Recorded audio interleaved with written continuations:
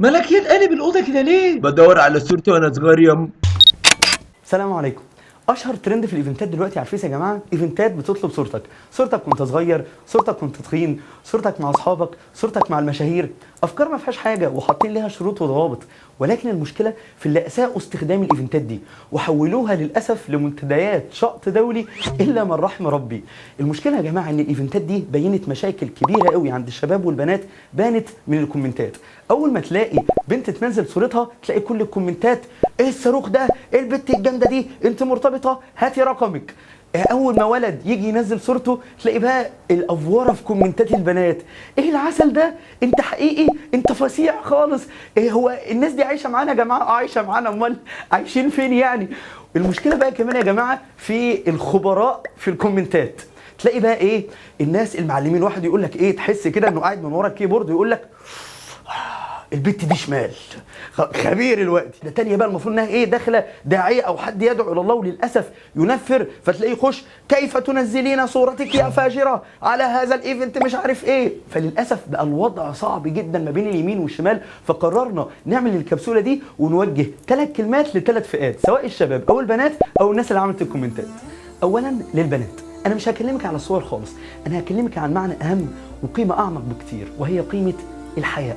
تعالى لما نرجع للقرآن، لما تشوف ربنا سبحانه وتعالى وهو بيحكي لنا وبيقيم علاقة البنات بالشباب، ربنا سبحانه وتعالى بيقول: فجاءته إحداهما تمشي على استحياء إن قالت إن أبي يدعوك ليجزيك أجر ما سقيت لنا. تعالى لما نشوف الآية دي، وربنا سبحانه وتعالى بيثني على حيائها في المشية تمشي على استحياء، وبيثني على حيائها في الكلام على استحياء قالت. وربنا سبحانه وتعالى ما قالش حياء، لا ده قال استحياء، مبالغة في الحياء. بعد كده يا جماعة تعالى لما نشوف في السنة، لما تشوف رسول الله صلى الله عليه وسلم وهو بيقول: إن الله حيي ستير يحب الحياء والستر. وكان الصحابة بيوصفوا رسول الله صلى الله عليه وسلم ويقولوا: كان رسول الله صلى الله عليه وسلم أشد حياء من العذراء في خدرها. وكان النبي صلى الله عليه وسلم يقول: الحياء كله خير. تعال لما نشوف قصص الصحابيات، لما نشوف المرأة السوداء اللي كانت بتسرع وبتتكشف غصب عنها، فبتدعي رسول الله صلى الله عليه وسلم بتقول له: يا رسول الله ادعو الله لي الا اتكشف، لو صورت ما اتكشفش. مش البنات يا جماعه اللي للاسف بيكشفوا بمزاجهم اجزاء من شعرهم واجزاء من جسمهم وعارفين انها بتبان؟ فين الحياء يا جماعه؟ تعال لما نشوف قصه جميله لام خلاد، احد صحابيات رسول الله صلى الله عليه وسلم، ابنها استشهد في احد، فجايين بينادوها: يا ام خلاد ان ابنك مات في احد. فاي واحده مكانها تقول ابني وتخرج وتصوت، وممكن من غير لبس ولا حاجه وتبقاش واخده بالها، لا تستنى وتلبس حجابها كامل وتلبس نقابها. فاللي بره مستأخرينها بيقول لها: اتنتقبين؟ هو ده وقته؟ فقالت: لئن أرزق ابني فلن أرزق في حيائي، أنا لو جات لي مصيبة في ابني ما تجيليش مصيبة في حيائي. هي دي الصحابيات اللي كان عندها حيائها أغلى من ولادها. ثانيا كلمة للشباب وبعيدا عن الدين، فين رجولتك ونخوتك؟ يا أخي ده رسول الله صلى الله عليه وسلم أقام غزوة كاملة، غزوة بني قينقاع، بسبب امرأة مسلمة واحدة تكشفت لما اليهود طلبوا منها أنها ترفع نقابها فأبى. ثالثا للمبدعين اللي كانوا في الكومنتات، اللي اول ما بنت تنزل صورتها يقول لك البنت دي شمال، ويخش ويشتم ويعمل كذا وكذا وكذا. يا اخي فين ان بعض الظن اسم؟ ليه ننسى ان قذف المحصنات من الكبائر؟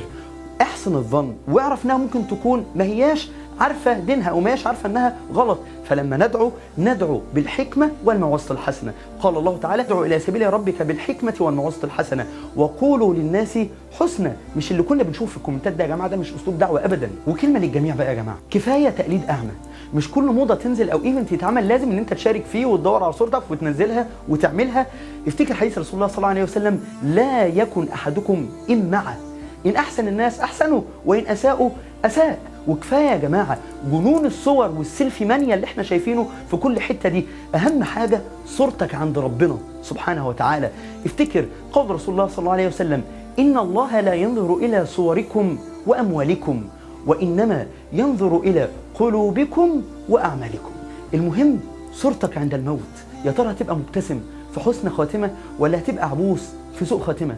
صورتك يوم القيامه يوم تبيض وجوه وتسود وجوه، صورتك هتبقى انهي فيهم؟ صورتك مع اصحابك يوم القيامه، يا ترى هي صحبه صالحه هتبقى ماسكه ايدها وداخله الجنه زمره، ولا صحبه سوء مقرنين في الاصفاد هيجرجروا بعض بالكلبشات في النار؟ المهم صورتك مع المشاهير.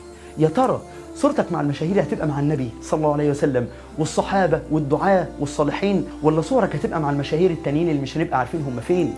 عشان كده يا جماعة صورتك غالية قوي وصورتك غالية قوي، وأهم من إن احنا نهتم بصورتك وانت صغير، اهتم بصورتك وانت كبير يوم القيامة، وابدأ اشتغل عليها من دلوقتي. رمضان لسه عليه شهر ونص، كل سنة وانتم طيبين، رمضان قرب، يلا نقرب. السلام عليكم ورحمة الله وبركاته.